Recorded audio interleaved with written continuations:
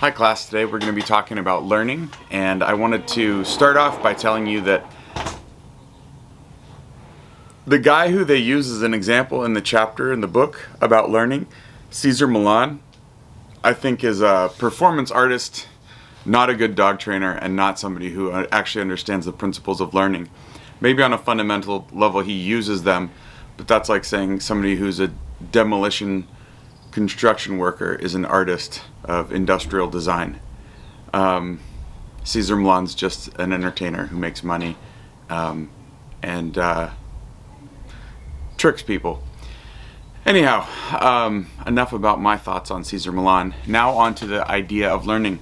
I think a much better topic to start off with learning is to discuss Pavlov and Pavlov's contributions to the field of learning. So Ivan Pavlov, who was he? He was a Russian physiologist, and he studied salivary reflexes in dogs. So salivary reflexes are you salivate in order to lubricate the food that you're eating, and dogs have different mouth structures than us, but they have a similar idea in that they have salivary glands that then secrete substance to help lubricate food as we swallow it. Not us, dogs. So Ivan Pavlov is studying this. He's got a lab, and the story goes, Pavlov's in the lab, and one of his graduate students, right, so he's the professor, and the graduate student shows up late. Now, what do you do to a late graduate student? This is something that unhinges Pavlov. He flies into a mad rage, screaming at this student. Now, if you know anything about the time Pavlov was working, it was in the Bolshevik Revolution, which is a civil war, if you will, or a class war in Russia. And the Bolsheviks there's this internal fighting, and Ivan Pavlov, the professor, is in the lab. His graduate student gets there late, and he starts screaming at him, and the graduate student says, "Professor, I tried to get here, but I was coming through the quad, and there's a revolution going on, and I had to wait for them to reload their cannons so I could cross the quad to get here to the classroom." Pavlov hesitates for barely a moment and says, "Next time there's a revolution, get up early." He was a man who was clearly dedicated to the work he was pursuing in science, and that's probably why he discovered something that people hadn't noticed or categorized before. And that's why we name one of the types of learning after him. It's called Pavlovian conditioning. I hate this, but oftentimes there are concepts that people call them two different things. Pavlovian conditioning and classical conditioning are the exact same thing. And we'll discuss what the processes are that go into those two names of the same concept in a bit. But Pavlov is studying dogs and their salivation, not how they get to heaven, but how they drool. And he's studying this, and what he noticed is when the graduate students come in the morning to feed the animals, right? Because you have to feed an animal to get it to salivate. You have to stimulate its nose, its olfactory sensation, and it'll salivate. He noticed that as soon as the graduate student walks into the lab, that dog started to drool, right? So it had a response, a physiological, biological response to the presence of the graduate student. Now, most often we think that dogs would drool to the food, right? If you've ever seen one of those big dogs with all these huge jowls, these dewlaps that just go for days, and you hold a piece of chicken out and then all the saliva just starts dripping off of them. If you've seen that before, you know that the dog is salivating in anticipation of the food. But this is actually something that Pavlov described for the first time. Nobody had described this from a scientific perspective, and he experimented on it to figure out, well, what are the boundaries by which this type of connection or association gets made. And it was interesting to hear about this because oftentimes we think that the sort of colloquial way of talking about Pavlov is that you ring a bell and then the dogs salivate. You can call me Pavlov, dog. Ring a bell and I'll salivate. That's right, that's the classic thing that you'll hear in pop culture. But that's not actually the first thing that Pavlov saw was indicating to the dog that it should prepare itself for food. It was the graduate student. And Pavlov also knew that this graduate student was like the dog's best friend, right? These dogs are lab dogs. They're sitting in a harness with surgically attached tubes to their salivary glands. This is not like a dog that has a great life, but dogs, Canis lupus familiaris, love humans. We've bred them to do that through artificial selection.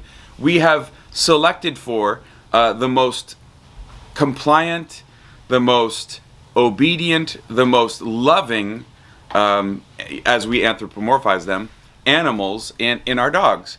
And we took them from wolves, Canis lupus, which is a wild animal that will eat your face off, and we've turned them into our loving best friends.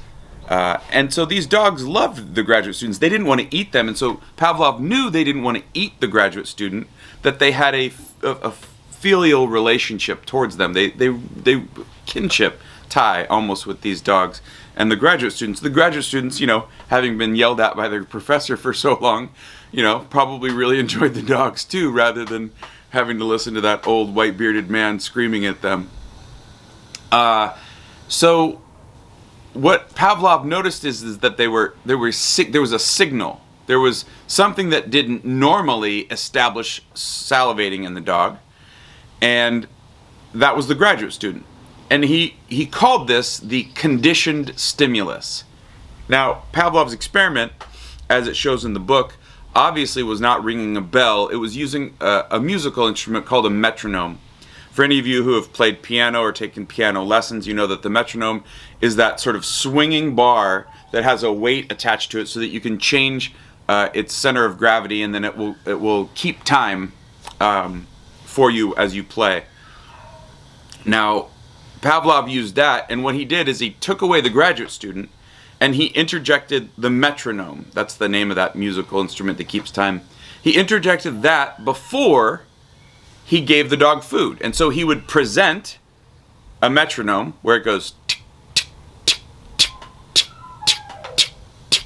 And then as soon as he presented that, he would put in the food, and then the dog would have the food. And so this connection between a seemingly innocuous thing of a metronome — dogs don't play the piano, right? This connection between the two, what he showed is that after several pairings — that's what it's called when you present two stimuli close in time, simultaneously or trace — that's the language of classical conditioning, or even backward. You present them close in time, so there's temporal continuity between these two stimuli, right? If I said something last Tuesday, and then I expect you to connect it to something, next Friday, that's too long of a distance for you to make an association between two seemingly innocuous stimuli.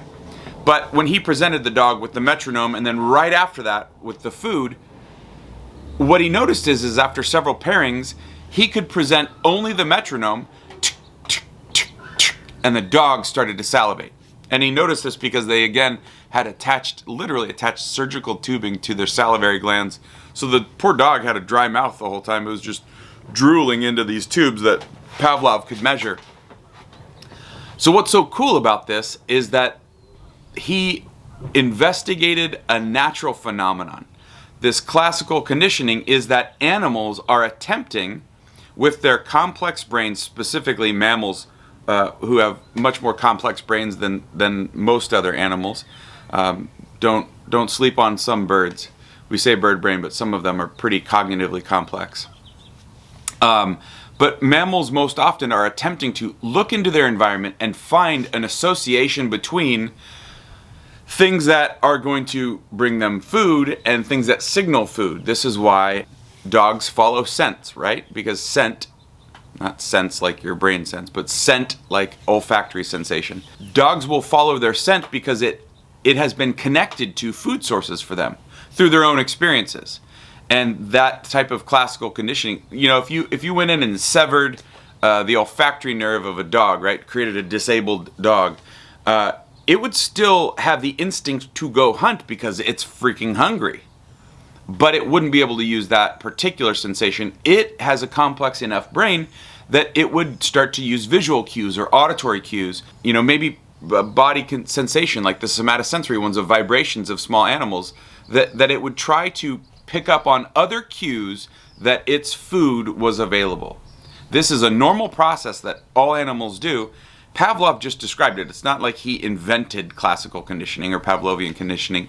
He just described the process first. Now, this is a little secret for you guys.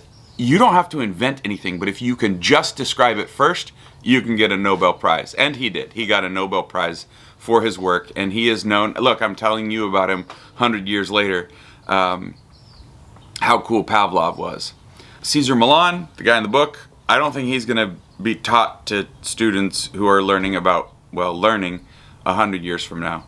In fact, most people have forgotten who the dog whisperer was. All right, so that's Pavlov. That's the story of Pavlov. And now I'm going to get into the nitty and gritty of the terminology that's used to describe these different elements. I've given you the story first, so you have somewhat of a foundation to think through this. You present the dog with this ticking thing. Tick, tick, tick, tick, tick. You present the dog with the food, and then the dog drools.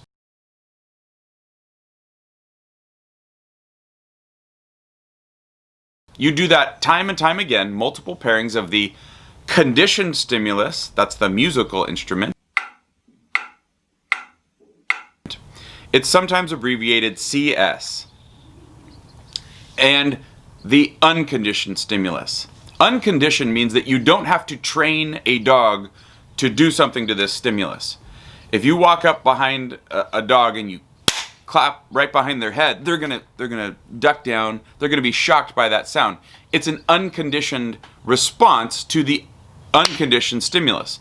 When you present a dog with some meat powder, he used meat powder. I don't know necessarily what that is, but that's what all of his writings showed, is that he used meat powder. I'm guessing it's dehydrated and pulverized meat. Anyway, dogs seem to like it, and they drool to it. So it's food, and what they do is they present this meat powder food to the dog, and the dog drools.